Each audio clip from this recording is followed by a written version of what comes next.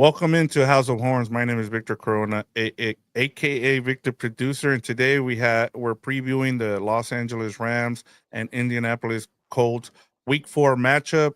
And as always, joining me as always is Gilbert Manzano, who does it for Sports Illustrated and MQB. I can't seem to be able to get all the words that I need to, Gilbert. But how are you doing, sir? And have you come down from all the madness that you had, your all the stuff that you talked about post game after that collapse by the Rams against the Eagles?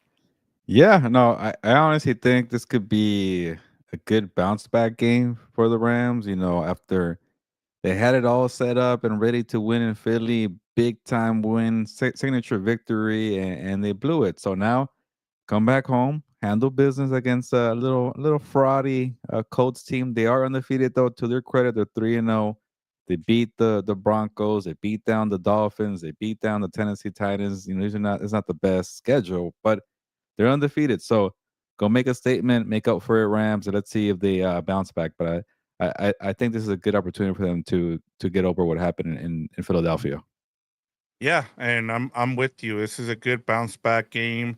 We'll see if the Colts are that get right game for the Rams, or if they're, more of like, hey, we're here to prove something because, a lot of people think, like my co-host here, are fraudulent. So, but we got plenty to get into this show, Gilbert. We'll get into this Rams and Colts matchup. We'll get into the latest news and notes, plus storylines for both teams going into this matchup. And lastly, we'll go over game predictions. But Gilbert, before we get to all that, do you have an engagement question for our viewers and listeners? Yeah, give me the keys to a Rams victory over the Colts. That is the engagement question of the week. Is it stopping Jonathan Taylor? Is it putting more pressure on Daniel Jones? And I think Daniel Jones, when he played a better defense, I don't care what happened with Tennessee and Miami, but when he played the Broncos, he only got sacked one time. That's pretty impressive for the Indy offensive line. Can Jared Verse and crew do better than that? Is it more Matthew Stafford, airing the ball out with Puka Nakua, Devontae, and finding a third receiver? Is that the key there? Or maybe a tight end steps up. Maybe Terrence Ferguson does something. I don't know. But let me know the keys to a victory in the comments. I see comments from Brian Yeah, Smith and I and was gonna USA say, Expat. rather than giving you my key to this game, we'll save it towards the end there, like we always do, right before our prediction. But I want to get to these comments. We got people from Costa Rica. We got our guy Oh, Brian Smith. So I want to get to these comments before we get to we news and notes from the Rams and Colts. Brian Smith says, "Good evening, gents. We have USA expat who he says evening from Costa Rica, so that's awesome. We got someone. wow. Brian Smith wants to know: is Bosa's career over? Is that Nick Bosa or Yeah, is I'm that I'm the sure other that's Bosa? a jab at the 49ers, but yeah, Nick Yeah, Bosa did suffer a torn ACL, but he's been hurt a lot. Who knows? Maybe it is a fair question. and then we have again USA expat says two times bounce back games against the Colts and the 49ers. So he's calling it now. And Mm, then Brian Smith says the key to the Rams win is to put pressure on Daniel Jones. And USA expat says I'm going with one key being getting tight ends involved in the passing game. So there yeah. you go, Gilbert. Yeah, it's definitely a good I guess what do you call it? A 10-day stretch, right? You get the Colts on Sunday, and then 4 days later you get the 49ers on Thursday Night Football. And both games are at home. So definitely I'm with USA expat there. Two bounce back game opportunities at home, two big time games, two undefeated teams, by the way, which is a good challenge here for the Rams.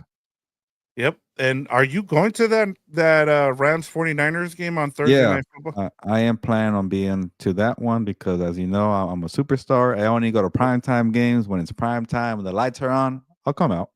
Yep. We know that. And we look forward to that because I can't wait to get more content there, especially post game in that locker room.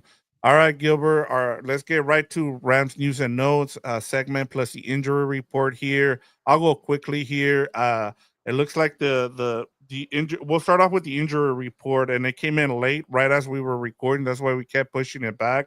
Uh, the two ones that I want to bring up right away, Gilbert, and I had it on here because Sean McVay talked about it, and that's Rob Havenstein and Devontae Adams won't practice, didn't practice today per McVay, but usually he says it's a Veterans Day. Today he didn't say that. It sounds like Devontae Adams is on the injury report with the hamstring, and Rob Havenstein still dealing with an ankle. So I think we need to check the injury report tomorrow just to see if they practice or not. But it was usually McVay says, hey, those two guys have a veteran's rest. He did not say that today. It was more of what happened post the game against the Eagles. Yeah, that is concerning, especially hamstring injuries. They are tricky. That you feel like you're okay, and then the second you get out there on the field and you run a route, you pull something, you make it worse. So that is definitely one to monitor. And you're right, Sean McVay probably would have said rest day, and then also you don't say hamstring injury if it's a rest day. You probably say rest. And I feel like I've never seen hamstring. Maybe it's like a knee or a back or some or a shoulder, but hamstring, that's never attached to a rest day. Yeah. That's a tricky one. Yep. So just something to monitor tomorrow on Thursday because he's usually said, like I said, he's usually said, hey, it's a veterans rest day for both of those guys. Limited, you had Steve Avila, he was out there. I saw Adam Grosbar, our compa from, he said that he took a picture of him and a video of him out there practicing today. So he was a limited participant. You also have Cordy Parkinson with the shoulder, he was limited. Braden Fisk with an oblique, limited, and then you on the injury report is Cameron Kitchens with the shoulder, he was limited as well. So that takes care of the Rams. Anything in particular you want to talk about with that injury report? Yeah, if you get Avila back, you definitely need a lot of help on the O line. We mentioned it. I know people disagreed on the interior stuff or the offensive line or the trenches, whatever you want to call it. That interior line wasn't that good last week, and you need Avila for a lot of reasons. Maybe you need him for special teams on to defend a kick. I don't know, but definitely to play on the interior of the Rams offensive line. To get him back, that'd be big there. But to me, this offensive line hasn't been that good. And when you have a aging quarterback that's 37 years old, you better have better protection for your quarterback. And to your point, says USA Expat says whoever tapes up the ankles on our off lineman needs to retraining. Laugh out loud. Yeah, it's the little Yeah. things that count. Yep. And then I'll just go quickly with the Colts injury report. A bunch of did not practice. I can tell you this just from Shane Steichen. Two guys that we won't see on the field on Sunday is Kenny Moore, cornerback. He has an Achilles. It sounds like he's going to be out a couple of weeks. And then Alec Pierce. He's in concussion protocol. So don't expect him to be. It usually takes a couple weeks now with the new rules with the concussion for a lot of the players to get through concussion protocol. And then the Forrest Buckner, defensive tackle with the back injury, did not practice. Matt Goncalves, guard with the toe injury, did not practice. Sabian Howard with the cornerback, he just had a veterans rest day today, did not practice. And then the last one is the punter, Rigoberto Sanchez with the he did not practice, but his was a personal matter. But yeah, those are the two to kind of, it sounds like Kenny Moore and Alec Pierce won't be playing on Sunday, Gilbert. Was Rigoberto, I was saying in Spanish. Was he always a punter? I thought he was a kicker. Maybe I'm thinking about somebody No, somebody you're else thinking about the other guy. They had with another the the guy with the glasses. glasses that came Yeah, out of yeah, that came out of Georgia. He's actually looking for a job. He's not a kicker right now. yeah. But yeah, He's on TikTok a lot. I think I saw. But yep, okay, there. yep, Okay, Rigoberto's one. I guess I like to kick the football around in various yeah. ways, punting and field goals. Yeah, the one that stands out for reals is DeForest Buckner, the defensive tackle. They're having a back injury. I don't know if that's more of maintenance and load management because he is a veteran in the NFL. But they definitely need him in the middle of the defensive line. I know the offense has been carrying the Colts defense for most of the season, but you need Buckner in the middle because they don't really have a lot of talent on the edges either. Yeah, and Liatu Latu, he's been hurt for most of his career so far now, and they can't seem to, get him, right. It seems like we'll see if he has an impact in this game. That's somebody to kind of keep an eye on as well. Gilbert, just continue on with news and notes here. Let's get to our notes. Aaron Donald will have his 97 number 97 jersey retired by Pitt during a November 15 game versus Notre Dame.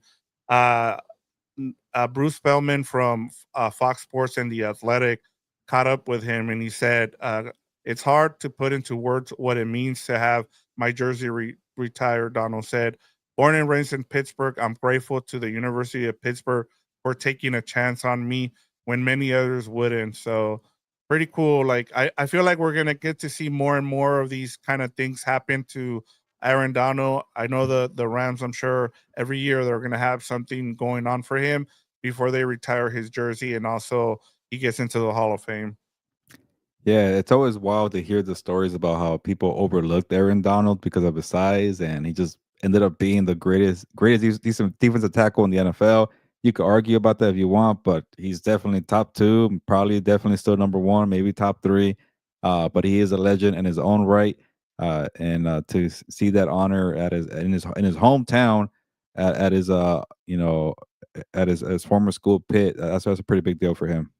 Yeah, and I mean, I think it's probably him, Reggie White. I'm sure there's other guys out there, but it's those two in my opinion, and I'm sure other people have other players up there, but those are the two guys that I always think about. I mean, but yeah, he's going straight to the Hall of Fame, and I'm sure we'll see a statue outside of SoFi as well of him. So, perhaps the one where he's holding up the ring and he's going like this. So we'll see what it is, but I'm sure he's getting his own statue. Um, all right, Gilbert. Last thing here, Matthew Stafford is throwing to wide receivers on a 79% of his attempts through 3 games. This would be the highest rate for a quarterback in 25 years per True Media Sports. Puka Nakua and Devontae Adams are both in the top 6 in target rate. And two, uh, the comment earlier from USA Expat, it's time to get some of the other players involved because you cannot have that many attempts going to your two top receivers, especially if Devontae Adams is dealing with a hamstring injury. Yeah, I know that's a problem, and you want to spread the football around, but that's kind of what Matthew Stafford does. He likes to lean on his big time players, and we saw with Calvin, you got to give the ball to Calvin. We saw with Cooper Cup, you got to give the ball to Cooper Cup, and now we're seeing with Puka Nakua. But this time, it's not one, it's two, and I think with Devontae and Puka, maybe that's a good thing. But I get it. I see the downside here, and yeah, those targets are going to keep coming their way until somebody else steps up. But how can you step up when you're not getting opportunities either? Yep, and I feel it was more. I know it's kind of deceiving to see that stat, but against the Eagles, it was a bit deceiving because if you kind of read some of the stories that have come out the last couple of days, it sounds like McVay uh played a little bit more under center stuff just because he was going up against Big Fangio. And of course, like you said, it was also part of the game plan of how they wanted to attack the Eagles. So yeah, and James Wheelock says hopefully we can fix our kicking game. And then how about getting Tutu Atwell involved? They tried, he dropped the ball as he got one target, dropped the ball, and was never heard from again. The guy I It's would time to like give for that them. up, James. Come on, Yes, but on this show we're yeah, not we're just done yeah, expecting Tutel yeah. to do I'd rather something, see man. Jordan Whittington get more stuff there. Or how about I the think rookie Ferguson? What's going on with Ferguson. that? Yep. But Yeah. yes, to your point, James, we got to see more playmakers involved in the offense. Yep. All right, Gilbert, let's get to Rams Colts storylines here. And before we get to you and you tell me that the Colts are frauds here, and and what have you seen so far? You wrote about the undefeated team. So you ended up, you kind of had a story on this Colts team. You wrote a little bit about it. And so, but I just want to give you just how surprising this 3-0 start has been before I ask you about, why you think the Colts are a fraudulent 3-0 team. So this Colts offense is led by quarterback Daniel Jones. We talked about it on our show when Shane Steichen named him the quarterback, and we thought he was making a mistake just because they gave up on on their young quarterback Richardson. um, and so, but to Daniel Jones's credit and to Shane Steichen's credit, Daniel Jones has been productive. He's been efficient.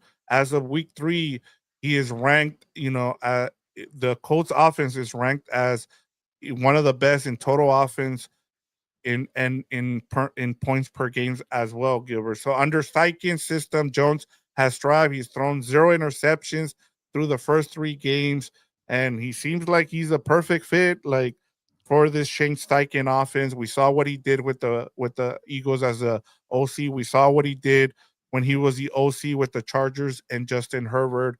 Um, the other thing too is, like I said, they haven't committed a turnover so far, which is a franchise first. Mm. The Colts' early success has come, though. Here's the negative: has come against teams that have a 1-8 record so far through week 3. So this has led to a lot of the questions that you have brought up as to why you think they're a fraudulent teams. One more thing, Gilbert. In the current 7-team playoff format since 2020, 19 of 22 teams that have started 3-0 ultimately reached the postseason. 2 teams in 2021 failed to make the playoffs. That was the Panthers and the Broncos after starting 3-0.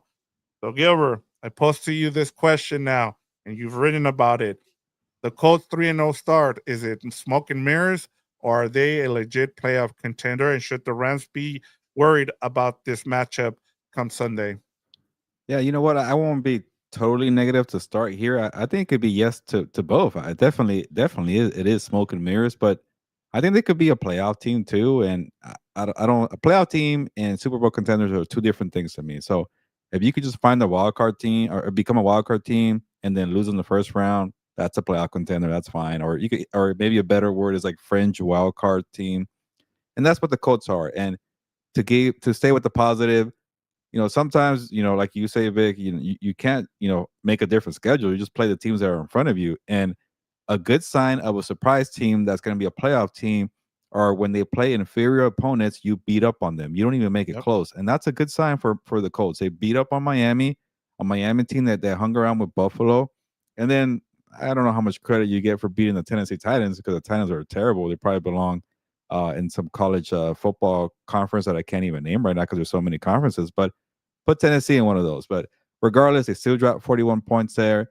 And then they get credit for the Broncos victory, but I think the Broncos just made too many mistakes and down the stretch. I think the Broncos should have easily pulled that game away by double digits. But hey, to the Colts' credit, they capitalized. That's another strong sign of being a playoff team. So, you know, I honestly, because of the negative, I still give Houston, which is 0-3, a chance to maybe win this AFC South because the Colts schedule is going to get a lot more difficult. I think Yep. from what I wrote, I think I saw they play the Chargers, they play the Rams, they play I forget, but there was like 6 teams where I'm like, yeah, They they're still probably going play to be the underdogs. Chiefs. Chiefs, They're playing the AFC and NFC West. yeah, those are tough divisions right there. Yep. So it's going to even out. And but I'll say this for Coach Shane Steichen, all he needed was somebody to run his very productive scheme. He has a good offensive scheme, and it says more about Anthony Richardson. He just wasn't ready. He's not a good quarterback. He's not accurate. He doesn't know how to read a defense. He doesn't know how to run an offense. He doesn't even know how to give the ball to his playmakers because he's shooting or throwing for less than 50%.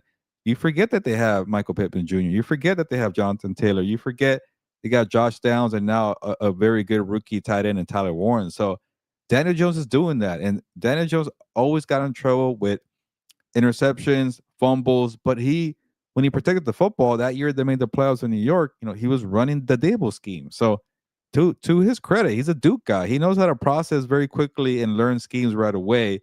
It's just when the training wheels are off or when things are not structured the way he thought they were going to be, that's when he gets all loopy and he can't think as fast and he makes mistakes. So, to the credit of the comment here, I see from USA Expat, the Rams are going to be their first legit pass rush. I'll say this: the Broncos are a good defense with a good pass rush, but they don't have what the Rams do compare. I get Nick Bonito's a good edge rusher.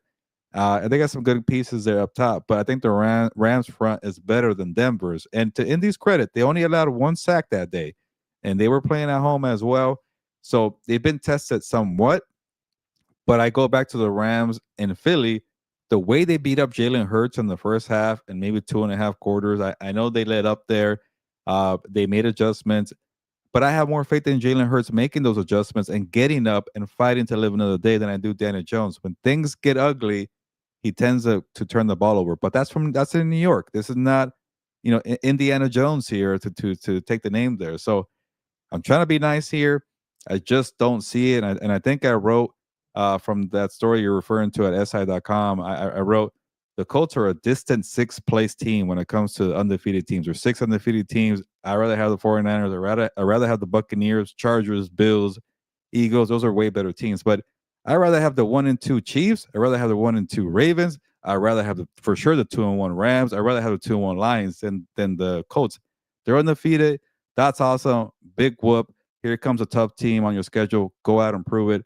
But they are a potential playoff team because they play in the crappy AFC South. Yeah, and I'm with you. I'm in the middle here with you, where I don't think it's a smoke and mirrors, but I also don't think they're a legit playoff contender. I said, I was harsh on Shane Steichen before the season, especially when he made the announcement to go with Daniel Jones, and I said they have a really good team, which is a shame. You just got to get the quarterback right.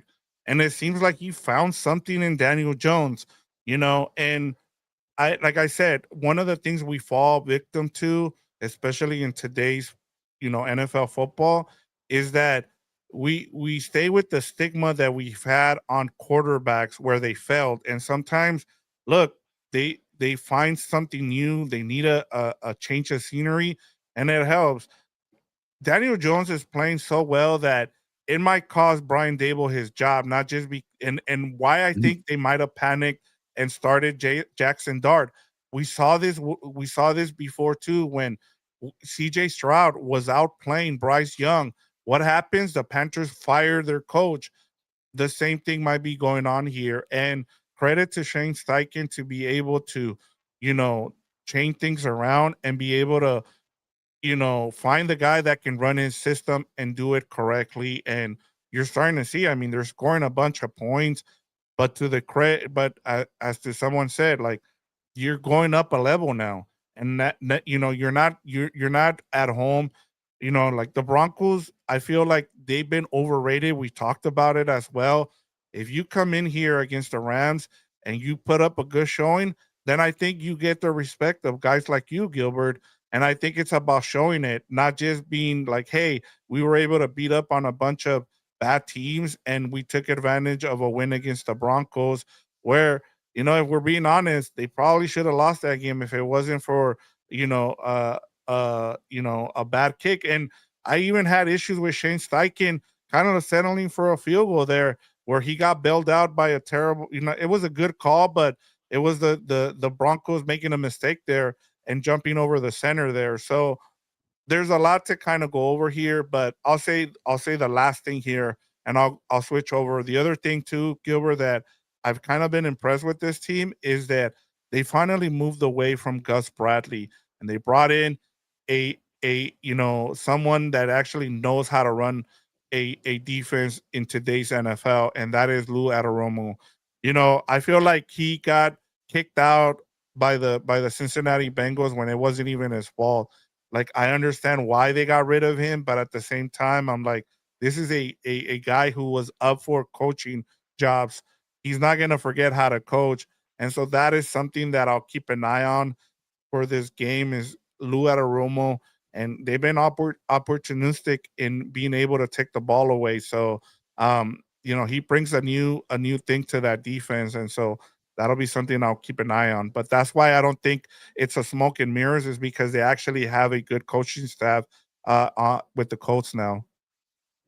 Yeah, a concern here to give credit to the Colts offense. Like you don't just punt one time in 3 games by accident. I don't care who you're playing. Like that's some good execution. That's that you're being efficient. You're running the football well. You're leaning on the playmakers, and that's I know it might sound like a knock to Daniel Jones, but he's being a great game manager. He's leaning on the right pieces, he's pushing the right keys, and I'll say this: I think the Rams secondary got exposed. They only have one Nate Latman in the middle. They're not really that big up top outside the defensive front. What if Jonathan Taylor runs wild? What if play action is working and you go deep to Michael Pittman Jr. or Josh Downs or all the others, or I think Alec Pierce is hurt right now. Uh, but they have some weapons to make damage on this back end secondary. But the thing is, if the pressure gets home, which I think it will, what Yep. do you do, Daniel Jones? But and the other side, if they do score points, say they do because they have a good offense. How good is really that Colts defense? And you mentioned Lou Anarumo, the DC there from Cincinnati, like he kind of has like a bend don't break scheme because he doesn't have a lot of talent. Can Matthew Stafford take advantage of that? Can Devontae was a bad hammy and that's not looking good. Can it just be Puka Nakua and are you fine? You could run the football with Kyron. You could run with Blake Corum. It just to me every time I think about what if I just see the Rams overcoming that because they just have a better roster. They have better Yep. skill players. They have better pass rushers, and they have better coaching. And they're at home. Yeah, I'm with you. I just like I said, I'm right there in the middle.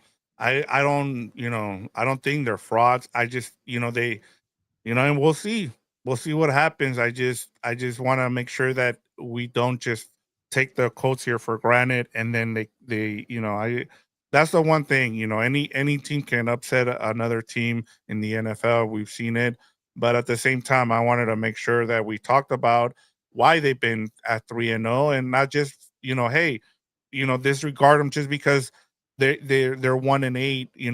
The teams they face are 1-8. So, but switching over now to the Rams storylines, Gilbert, and I wanted to save this. I wanted to talk about it post game, but I felt like we kind of needed a little bit more time, and this is the perfect time to kind of talk about here when it comes to the Rams. And it has to do with Sean McVay. Sean McVay, I mean, there's no debating it, right? Sean McVay is an elite play caller, but once again, he got exposed. His coach, his game management got exposed on Sunday, and and especially in that second half, Gilbert. One of the things is as a coach, he manages a game too conservatively, as we've seen in the second half, compared to the other coaches in the NFC. Like we saw with Dan Campbell, where the game was on the line. What does he do? He goes for it on fourth down to that pass to Amon-Ra St. Brown, and they win the game. You look at like the Eagles as well, where they were aggressive on fourth down. It feels like with Sean McVay, he plays it conservatively because he always relies on his play calling. And I'll give you a bunch of examples in that game, Gilbert, against the Eagles, where they were in the second quarter. There was 4th and 3 from the Eagles 15-yard line. He just settles for a field goal there to make it 16-7. Then during the 2-minute drill at the end of the first half, they have the ball in Eagles territory. He settles again for another field goal instead of being aggressive there. Then in the third quarter, it's 4th and 2. They're at the Eagles 49. They punt again. And lastly, 4th and 2, Gilbert. This is where you had a chance to put this game away. You had the ball at the Eagles 18 again with the whole red zone thing. 8:46 to go in the game. And again, he settled for a field goal. And next thing you know, two block field goals and you lose the game. You could have gone up there if you gone for it on fourth down there. You score a touchdown there. You put the game away. Instead, you try to go for the field goal. You get it blocked, and then we know the rest of the story. So it just like as great as he is as a play caller, Gilbert, is this going to end up costing him going forward, like his game management, and where can he improve here, because it's gotten really bad when it comes to his game management. Yeah, you don't blow a 19-point second half lead just because your players are not doing anything right. It's the coaching too. You're the coach. You're in charge to stop the bleeding. You're in charge to put your players in positions to succeed, execute, and deliver. That's coaching. A collapse that big is on coaching. There was like you laid it out right now. There was countless opportunities to make it better, to stop the bleeding, help out your team. He couldn't do it. You cannot play safe football, play not to lose in Philadelphia. You know, you're seeing your secondary struggling after they adjusted, and you didn't have another adjustment. Like, yeah, your first plan worked, but then they came back at halftime. Credit to Nick Sirianni, Kevin Patullo, credit to Big Fangio. They adjusted. Your coaching staff did not. You're supposed to have even on Chris Shula's side. You're supposed to have a very good defense. You get lit up in the secondary. What can you do better to this time put more pressure on Jalen or put pressure on Jalen Hurts for 4 quarters? They did not do it. That's all in the coaching. But maybe a game like this is where maybe you get a wake up call for Sean McVay.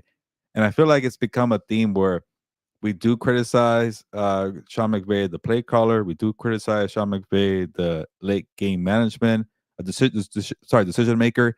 But for the most part, he tends to figure it out. And that's what makes him great. He knows how to adjust week to week, and maybe it doesn't happen in games, and that's probably a weakness of his game.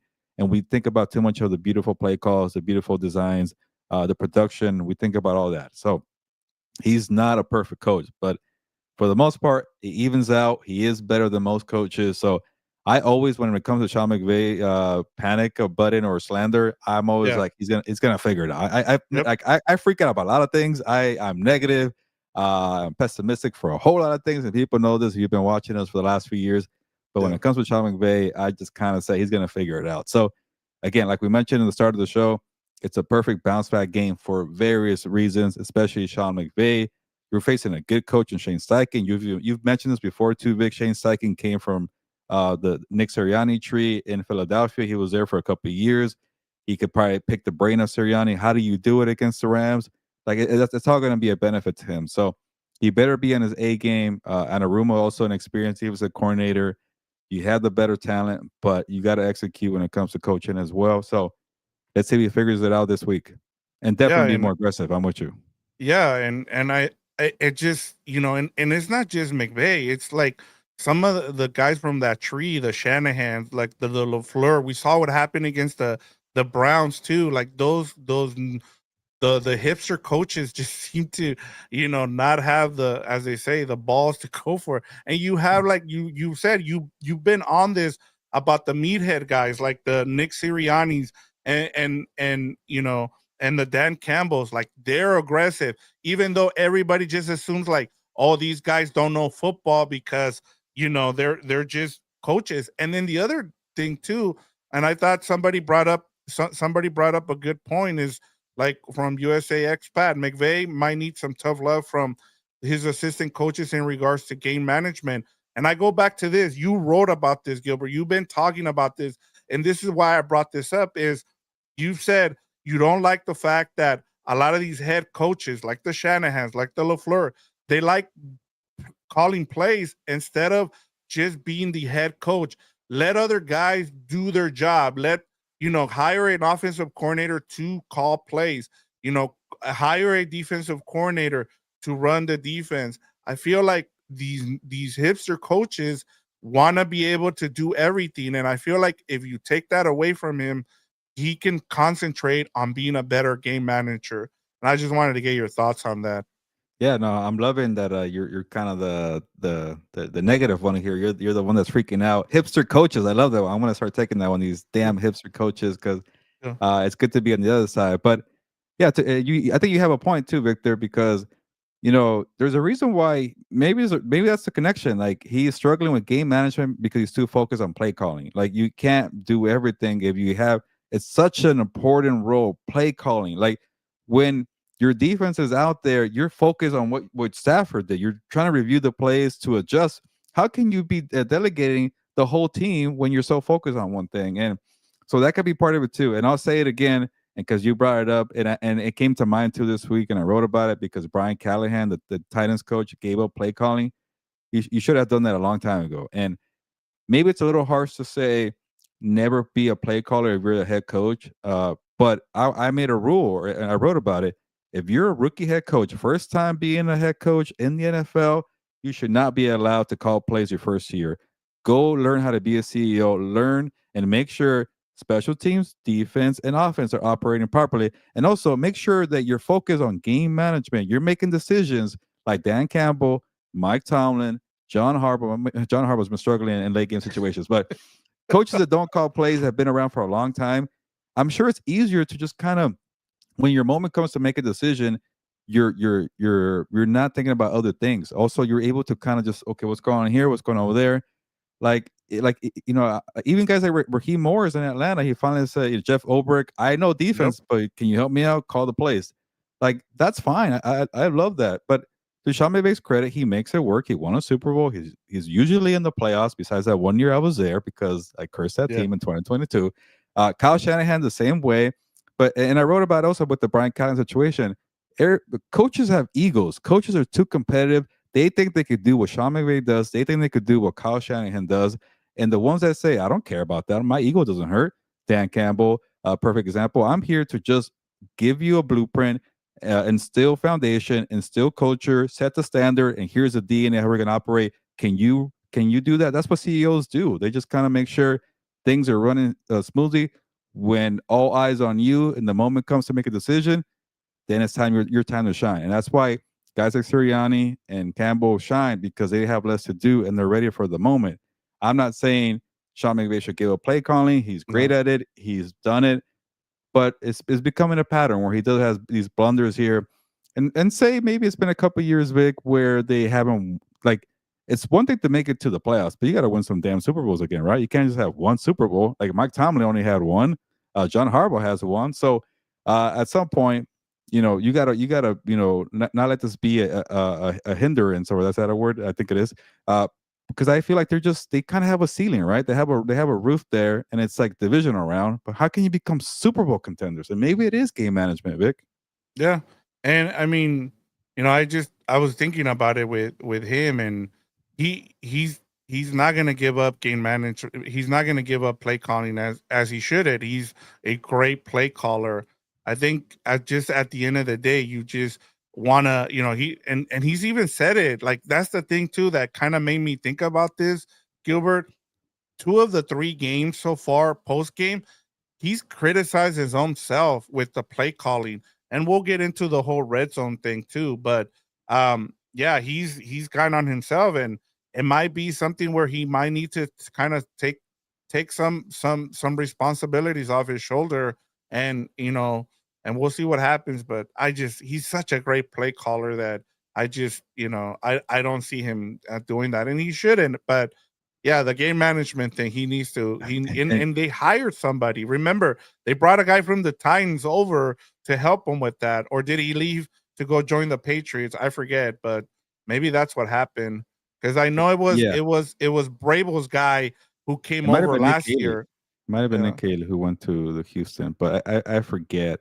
But here's the other thing too, and people kind of overlook it too, because Sean McVay has a good way of yeah, I'm gonna hog the play calling, but I'm gonna let you have a moment in the preseason. Other coaches don't do that, and he kind of looks right. good for that. Here, yeah, I'm a good guy. Here you go, Aubrey Pleasant. And he call some plays here. Here, Eric Henderson, call some plays. Here's Chris Shula, call some plays here in the preseason.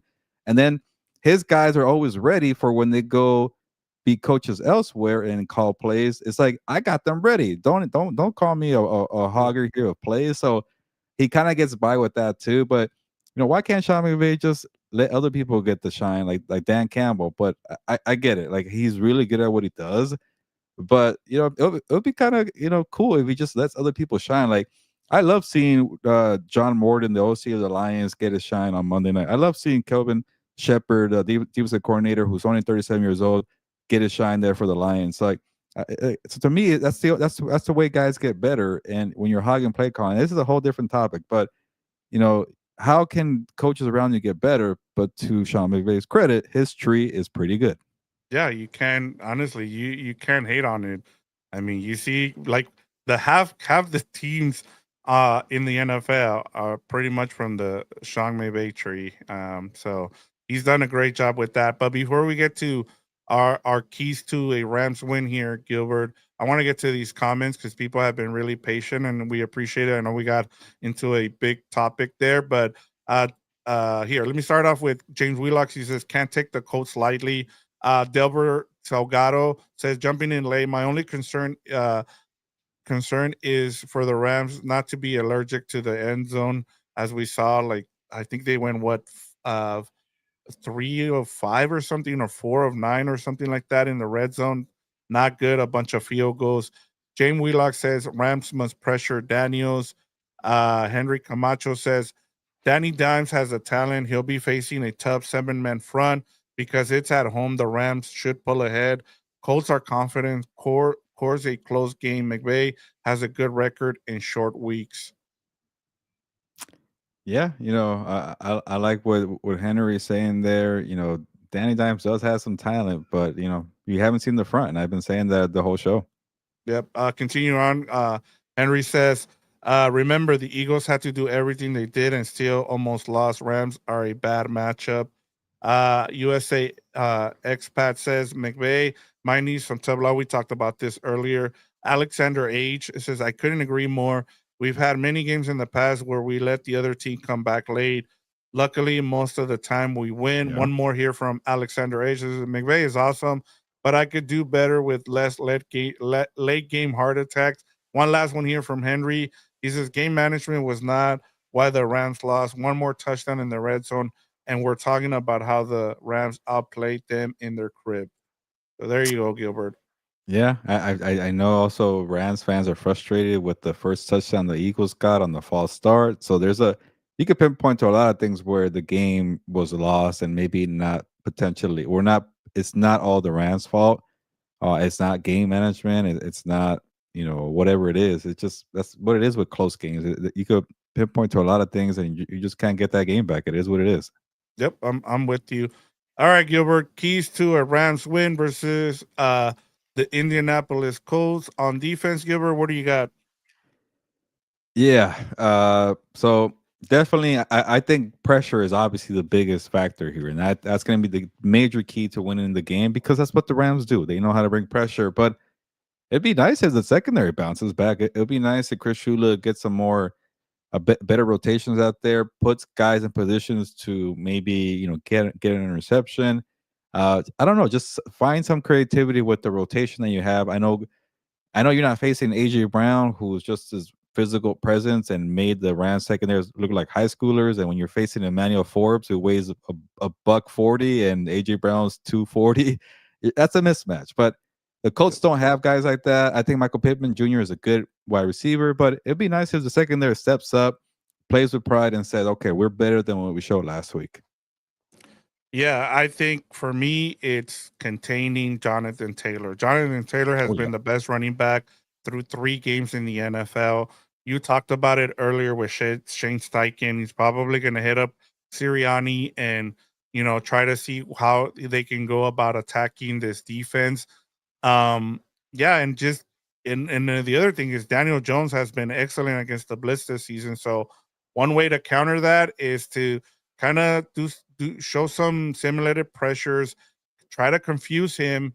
As you said, he hasn't seen this kind of a front yet, and so that would be so limiting Jones and Taylor in this game. I think are the top priorities for a win over the Colts on defense. Gilbert. Yeah, and I also wonder who's gonna shadow or spy Tyler Warren. Is that Nate Landman's game coverage? I don't know. I think he's more of a downhill linebacker, but I've also haven't seen enough for him to know that. So that's gonna be a big factor. As a tight end, Tyler Warren is gonna be a very good safety net for Daniel Jones when that pressure comes to let the ball out quickly.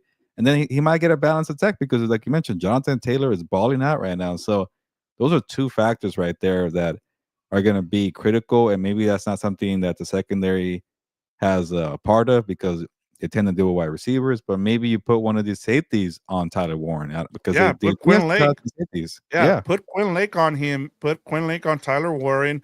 He had his best game of his career against the Eagles last week. So, yeah, go ahead and put him on Tyler Warren in this game. I'm with. Yeah, yeah, that's what I that's a would big do. key.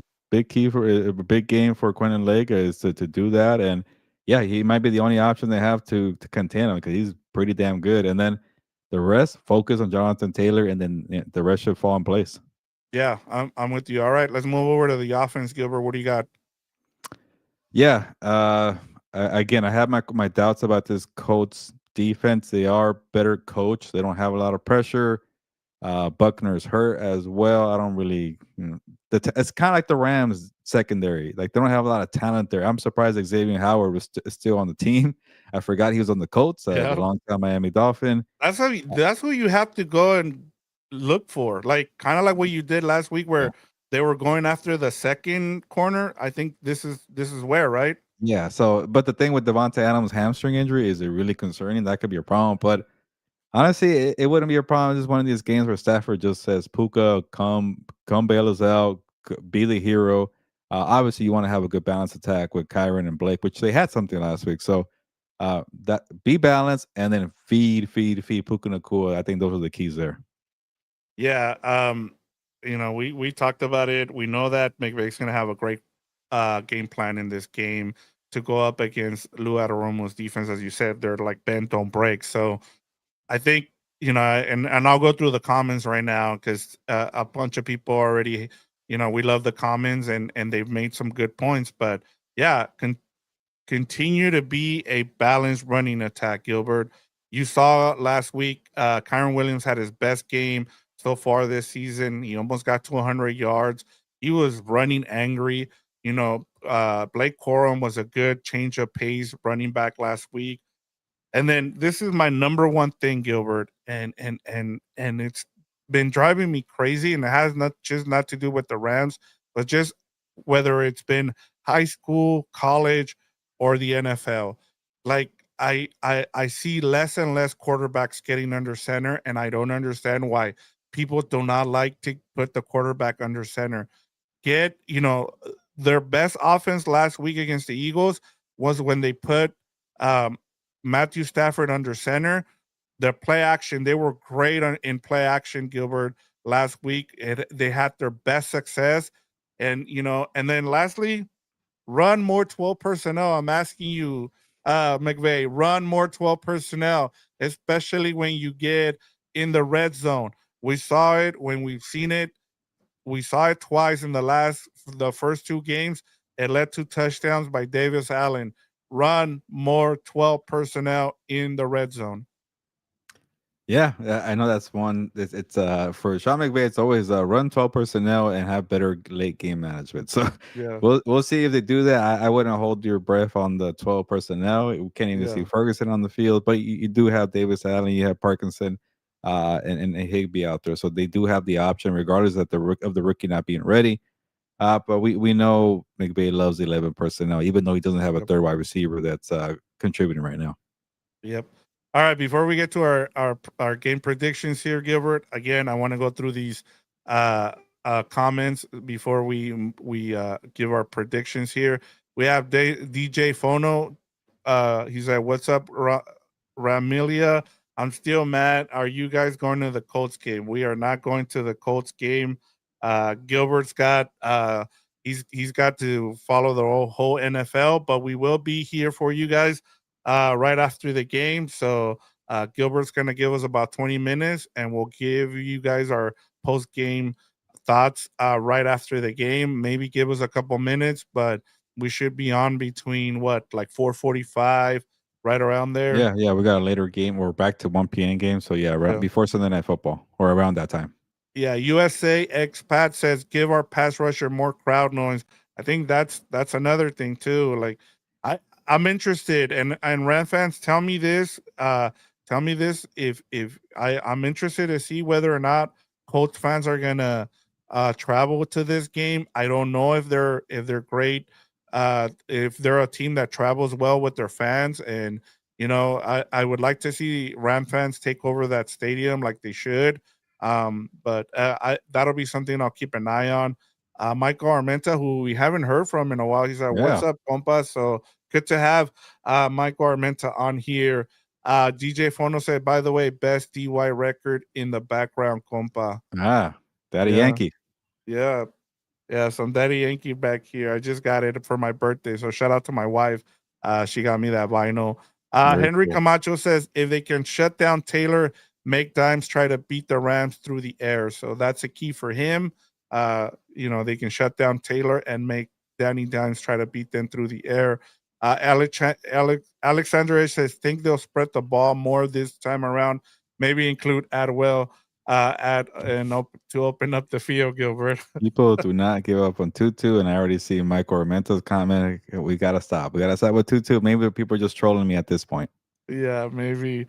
Like I said, I rather see Jordan Whittington at this point. And as somebody, I think it was Michael Wheelock, or was it our guy? I forget his name. We want to see a Jordan Whittington touchdown. He deserves. He's still looking for his first touchdown. So it'll be good to have Jordan Whittington get his first touchdown. I think he had one, but it got called back. Check me on that if you guys please, because I forget. I'm pretty sure it got called back. Mike Armenta says a balanced attack, running and passing, please. Daniel Calderon says, not gonna lie, kind of worried about what's gonna happen. His key is pressure Mm-hmm. on Daniel Jones, and then Michael Armenta again, deep balls to 2-2. We'll see what happens, but Sure. I would not hold my breath on 2-2 Adwell. It says DJ Fono says the 12 punch, none with Kyron and Corum, will be the key to a successful the 1-2 punch. 1 and 2 punch. 1-2 punch of Kyron and Corum will be the key to a successful season. Daniel Calderon says this is a game for Tutus to show up. And then last week, do you think we pull the trigger on the star cornerback trade?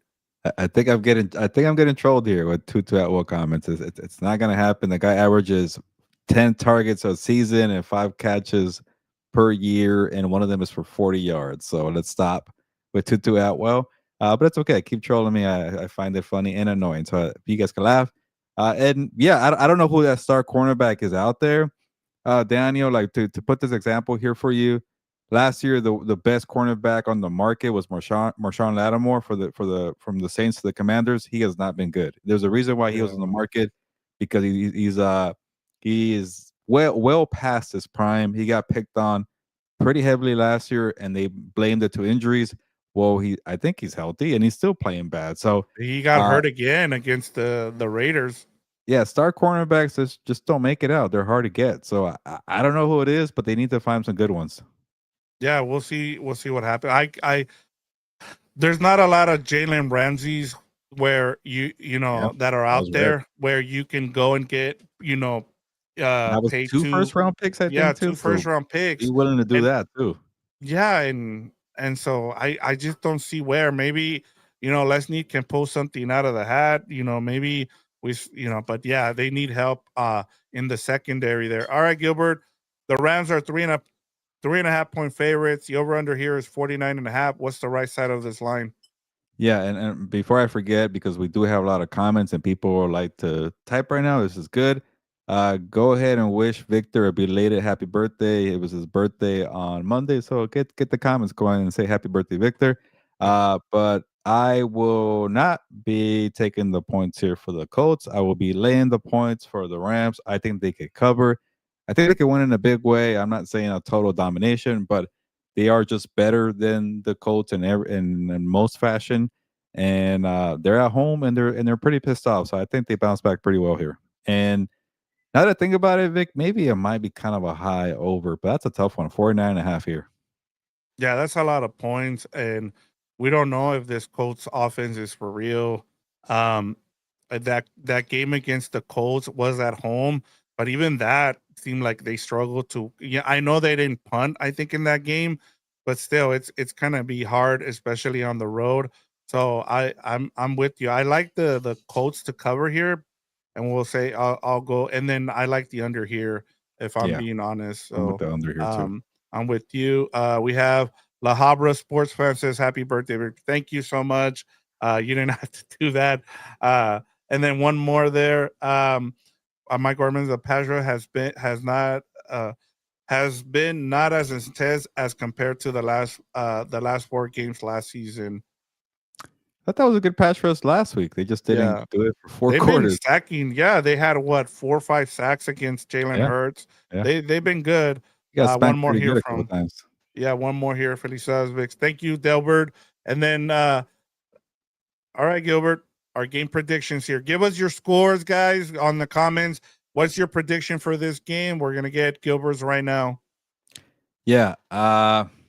Okay, so I did go the under here.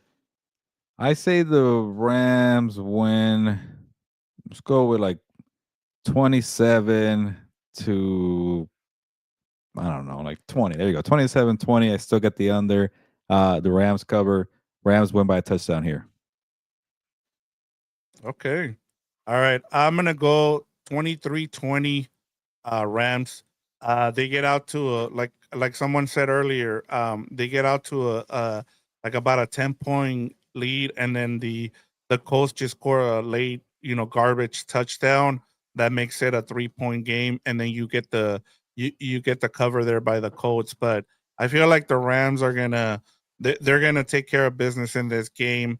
They're gonna be in command of this game for most of it until that garbage touchdown by Daniel Jones and the Colts. So yeah, continue to give us your scores. We got Michael Armenta. He's got the over, and he's got the Rams covering here, 34-27 over the Colts, Gilbert. Yeah, we are in agreement here. I think it's the second time this happened. Last time was, I forget, was it the Well, Titans? Yeah, we Titans. both picked the Texans. Um, so there was that. Oh yeah. Yeah, We got that one wrong. and then we both picked the Rams against the Titans. That was We were easy. right. Yeah. And then we were split on the Eagles and Rams game. So I got now we're that one back right. to Sorry, both guys. agreeing. Yeah, Yep. but yeah, we both got the Rams here, and let's see if we get a double jinx or a no jinx here. I think Yep. they'll bounce back though.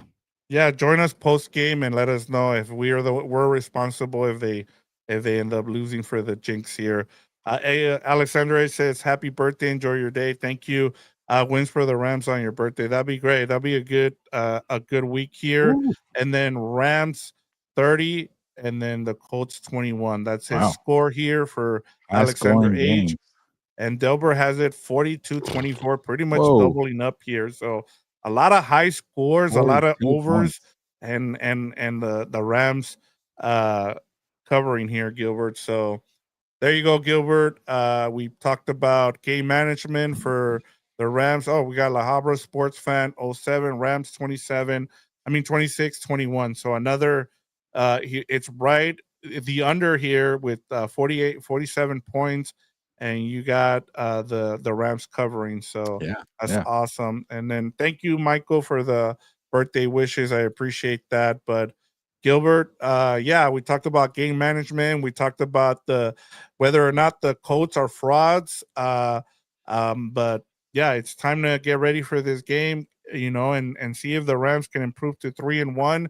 You know, now if they can let go of that collapse in the second half, come out with a good showing against a 3-0 team, and put those bad thoughts to bed, and they can continue on. And then like someone brought up, I think it was expat there that brought up the fact that they got back-to-back short on a short week there. They get the 49ers. So yeah. it can be looking ahead again towards the 49ers.